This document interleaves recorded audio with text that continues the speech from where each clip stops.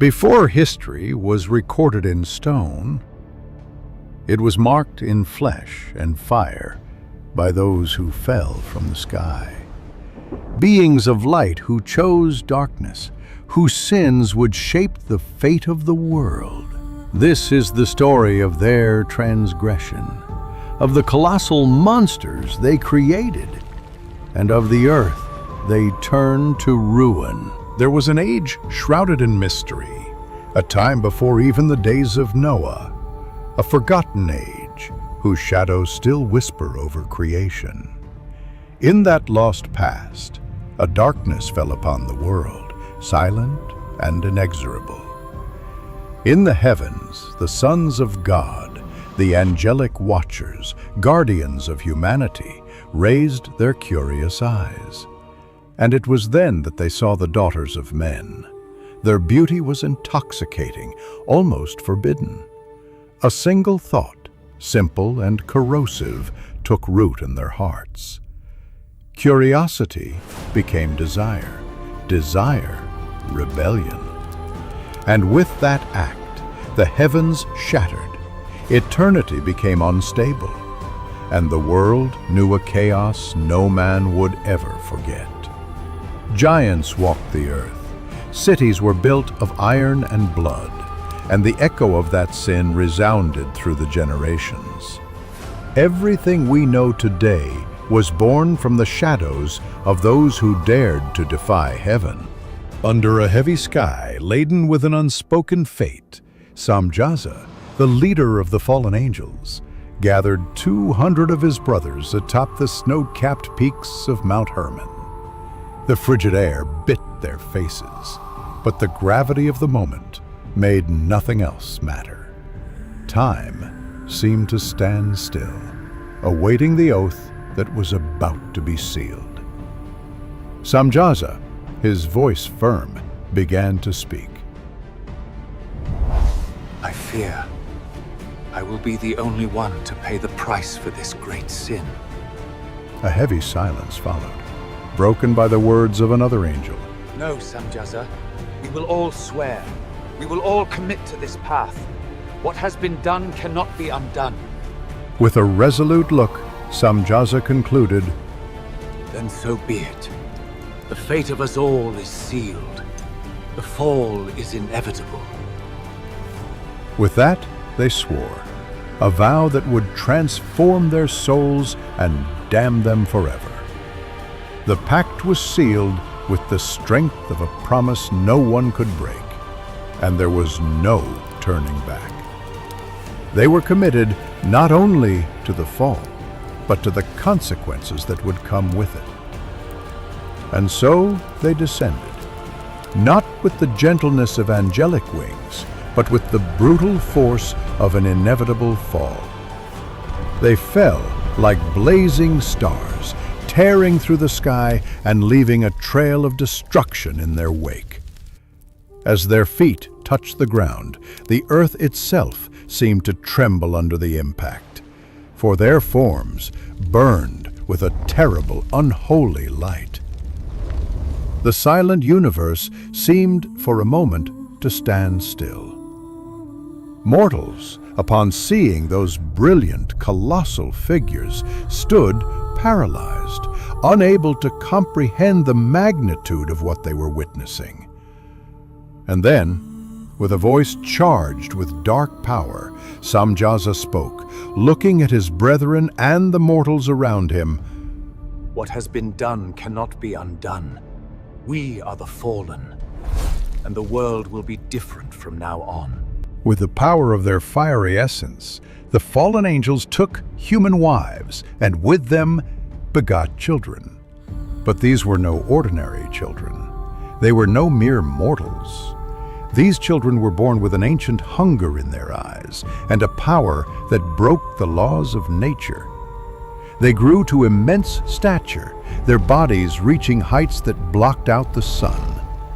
They were the Nephilim, the giants, descendants of a pact that sealed their fate and the fate of the world. The weight of their fall lay before them. The world would never be the same again. Their presence was a living, palpable terror that spread like a shadow over every human tribe. Children of fallen angels and mortal women, these creatures possessed strength and cunning beyond human limits. They became kings and tyrants, gods and monsters, legendary heroes to some, nightmares to all. At first, their hunger was natural. Animals and fruits of the earth were devoured mercilessly. But their appetite grew, becoming insatiable. Soon, nothing nature offered was enough. Their eyes turned to humanity itself. The hunt began, and with it, the world writhed in agony. The earth itself, corrupted, began to spawn horrors, deformed creatures, abominations that should never have existed, impossible hybrids born from the encounter of species separated by divine design. Every cry of pain, every human tear seemed to fertilize the soil with the corruption that spread like a plague. And the Watchers, their celestial parents, witnesses and architects of this chaos, shared with humanity forbidden secrets, meant to remain locked in the heavens. Atazel, prince among the fallen, taught men to forge weapons, cutting swords, impenetrable shields, instruments of war that would shape kingdoms of blood. Others brought dark astrology, magic, and spells that distort the soul and bend the will. Humanity, intoxicated by this knowledge, sank into profound corruption.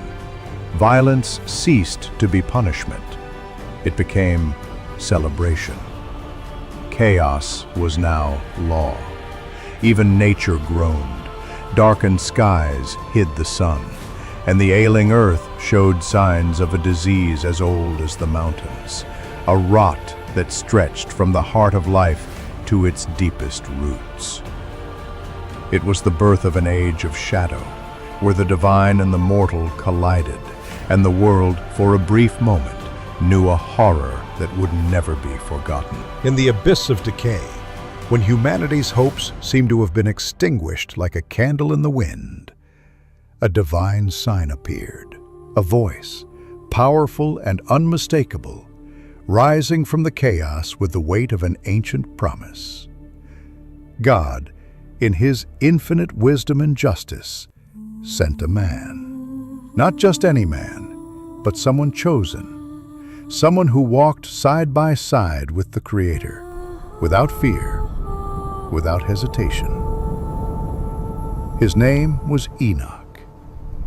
In a land ravaged by the corruption and tyranny of the Nephilim, where the darkness of oppression was absolute, Enoch's voice resounded with the force of thunder in the silent desert.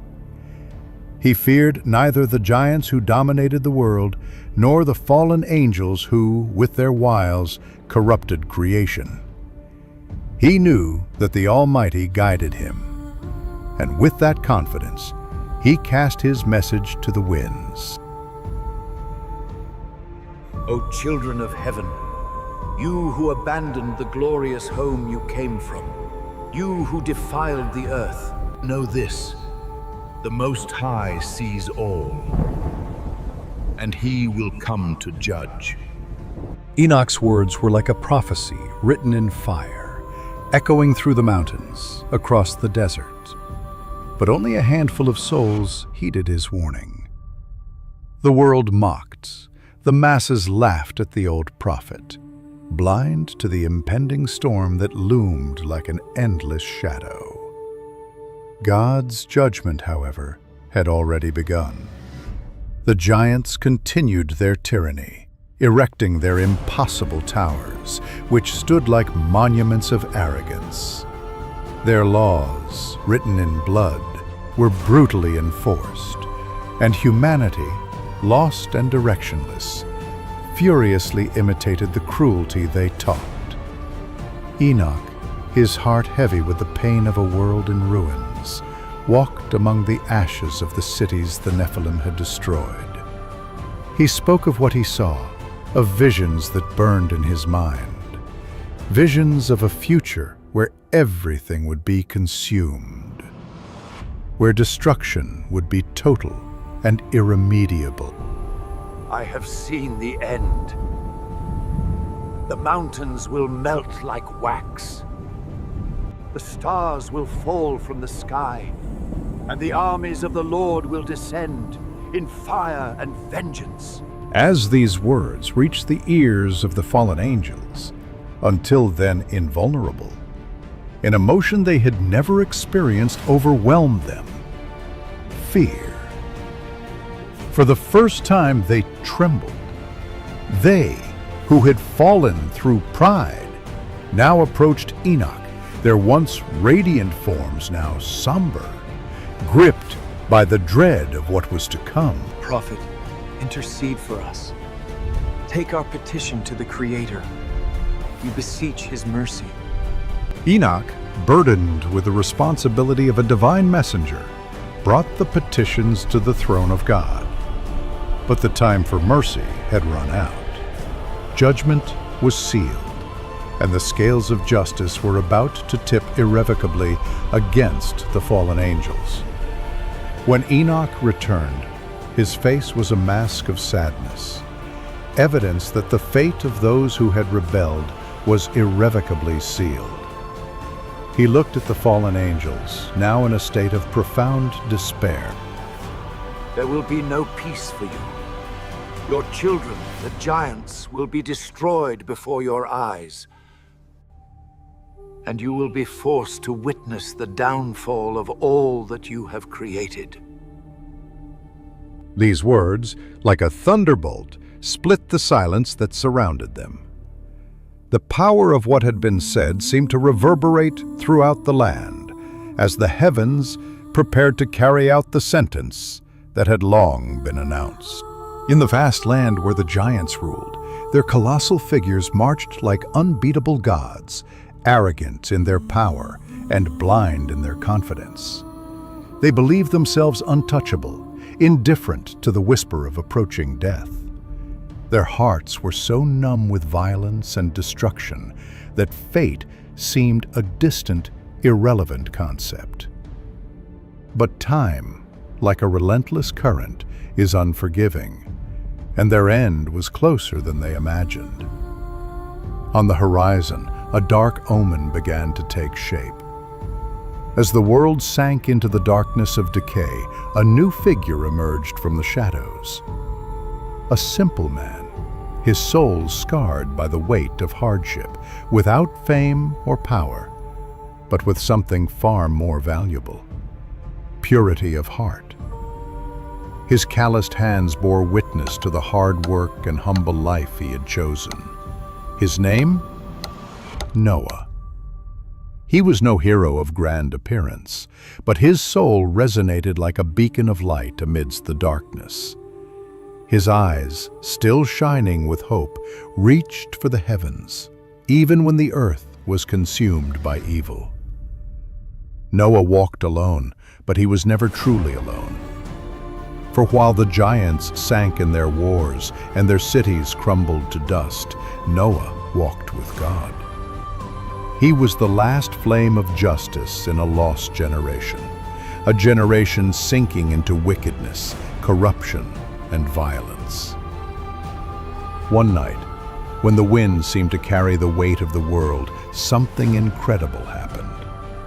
A radiant light descended from the sky, not with the heat of destruction, but with a fire that would not burn. It was a divine presence, a force that filled Noah's soul with an intoxicating awe, but also with a supernatural calm. The air grew thick, charged with a power that could not be challenged. Behold, the end of all flesh has come before me. The earth is filled with violence, and because of this, I will destroy it with the earth. Build yourself an ark. Noah, filled with holy fear, didn't question. There was no room for doubt. The vision was clear. With steady hands and a resolute heart, he began construction. The sound of the hammer striking the woodwork was the only sound heard. It was a solitary rhythm, but charged with profound meaning. Each hammer stroke was a response to the chaos unfolding around him. The people, seeing his work grow, gathered to mock him. Look at the old man. He builds a ship on dry land.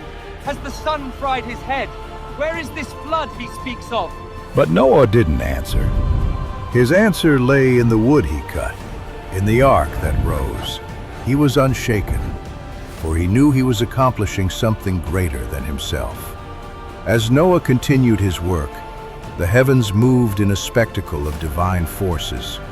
The archangels received orders from on high, and their wings stretched toward earth. Raphael, the celestial warrior, was sent to capture Azel, the leader of the rebellion that had corrupted Earth's creatures. In the depths of the mountains, Raphael found him, a being of power and desolation. With chains of spiritual fire, he bound Azel and cast him into an abyss of eternal darkness, where he would remain until the end of time. Meanwhile, Gabriel, the messenger, had a different mission. He was sent to sow discord among the giants, so that destruction would come not only from without, but from within their own hearts. He whispered words of distrust, envy, and hatred, until the once allied clans began to turn against each other. The last war of the giants was about to begin, a war without mercy and without victors.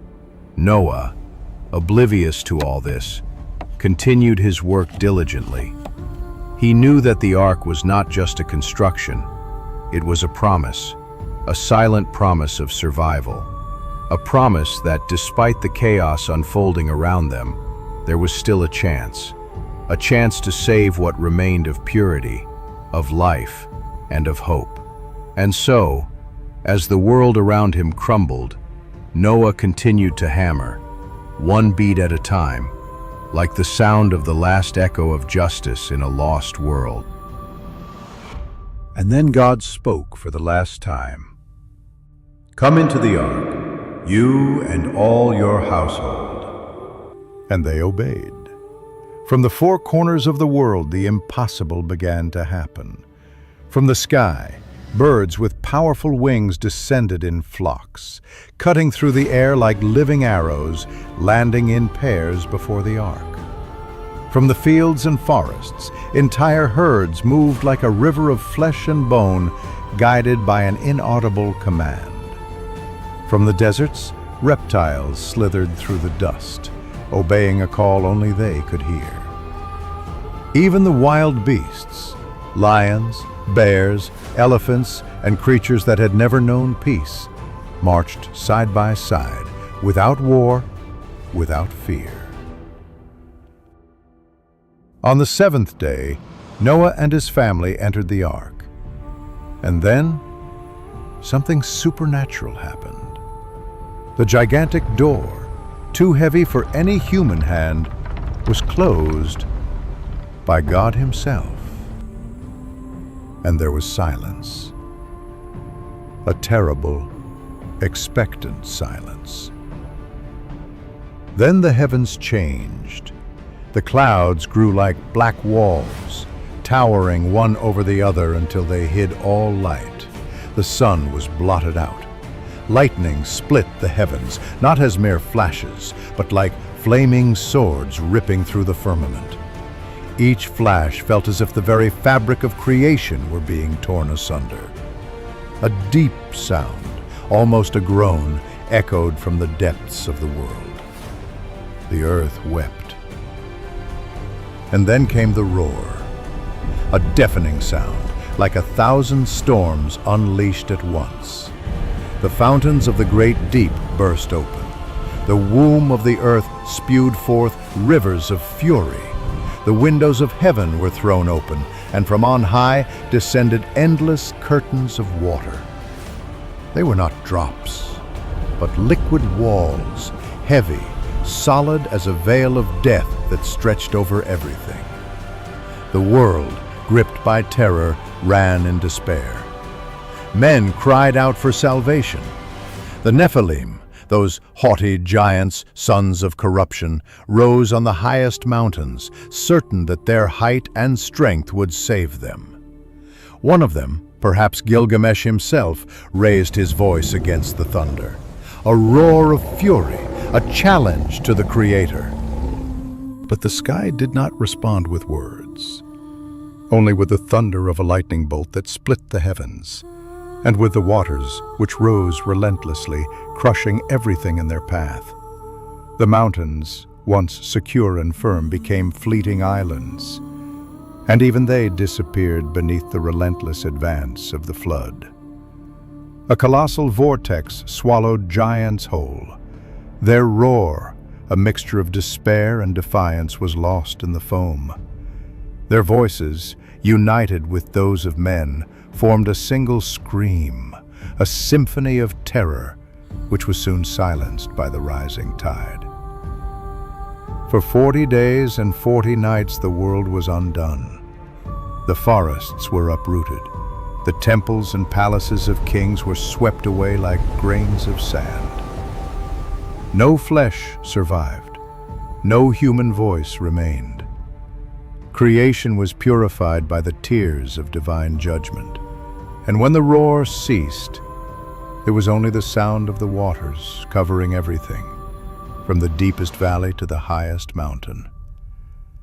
And there, in the middle of an endless, horizonless ocean, a single wooden boat floated. Small, solitary, but holding within it the promise of life.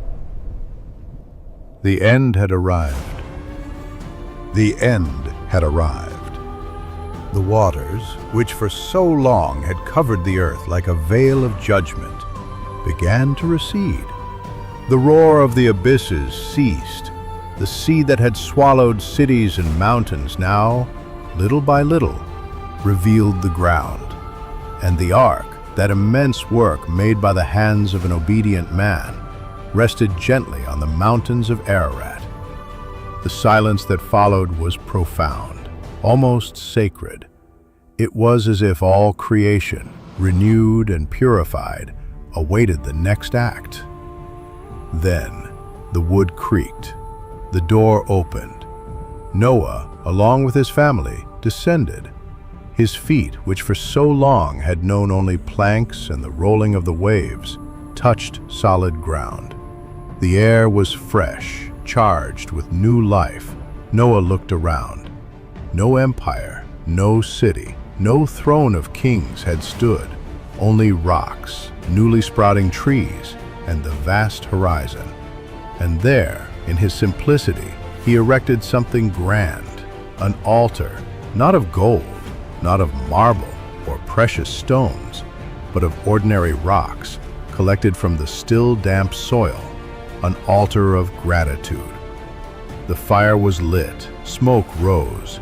It wasn't just ash, it was an invisible chant, a prayer etched in the wind.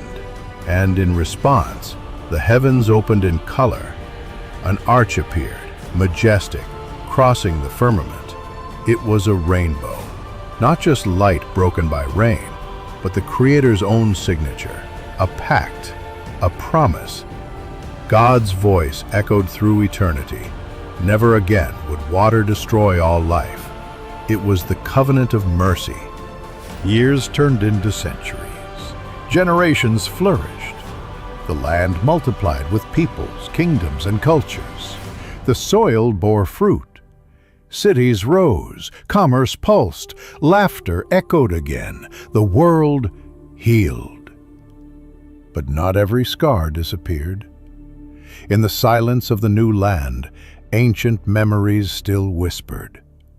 Stories told around campfires, legends of dark times when giants walked among men. And they were not just legends. The Anakim, the Rephaim, the Emim emerged in the land of Canaan. People of immense stature, warriors whose war cry made even the bravest tremble. Their swords were like tree trunks, their shields mobile walls, their footsteps like thunder. and so the echo of the ancient Nephilim seemed to have returned. When the servant of the Most High, Moses, led Israel to the borders of the Promised Land, he sent 12 men to spy out the territory. They walked through fertile valleys, saw fortified cities, immense walls, and vineyards so vast that a single bunch of grapes required 2 men to carry. But they also saw the giants. And when they returned, 10 of them spoke in trembling, fearful voices. The land devours its inhabitants. We saw the children of Anak. Beside them we were like grasshoppers. And that's how we looked in their eyes. The people wept. Murmurs of despair spread. Faith wavered.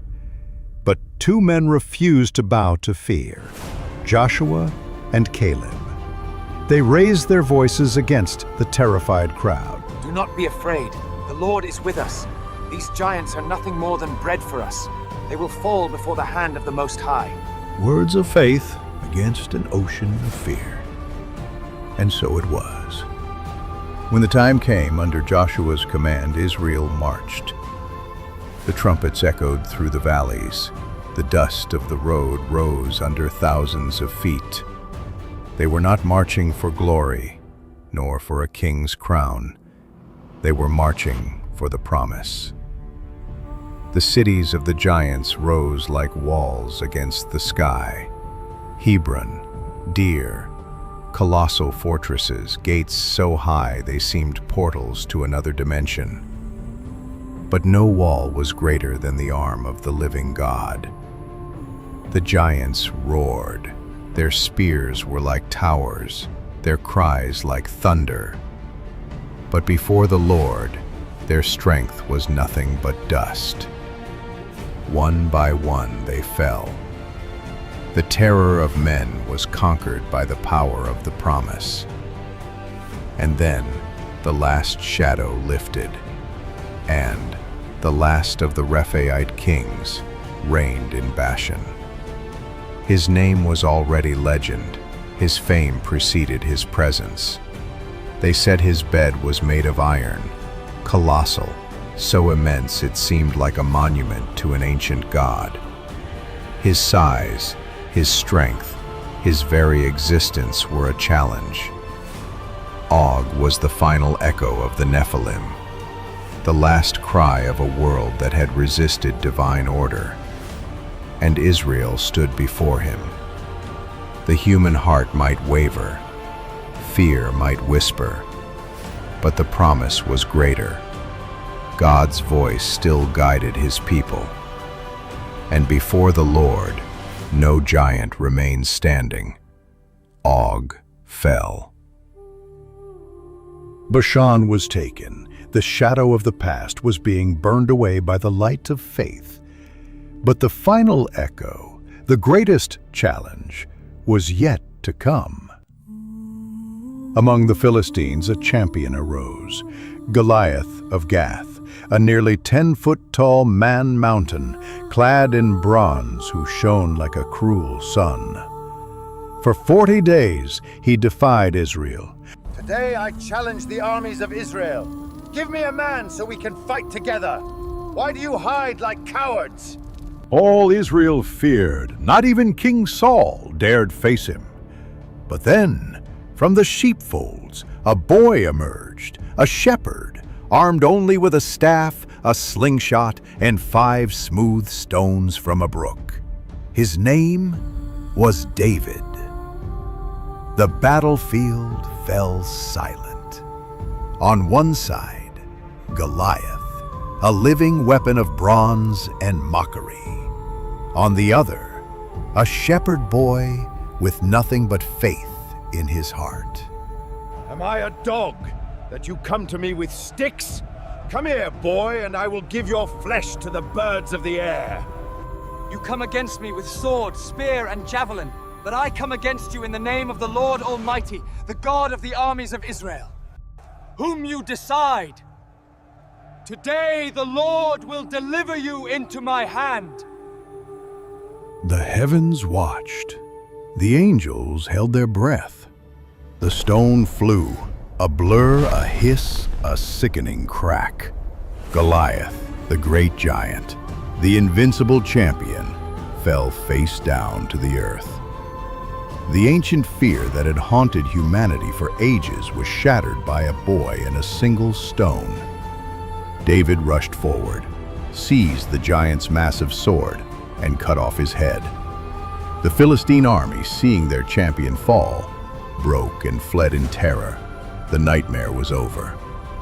Under David's reign, the last giants were hunted down and destroyed. Ishbanab, Saflami, the last remnants of a cursed lineage, fell one by one. They were not slain by angels or demigods. They were slain by mortal men, armed with something the giants could never comprehend. The age of shadows had passed. The memory of the Nephilim became a warning, a story whispered through time, a reminder that even the most terrifying darkness can be overcome. It is not strength that conquers giants. It's faith.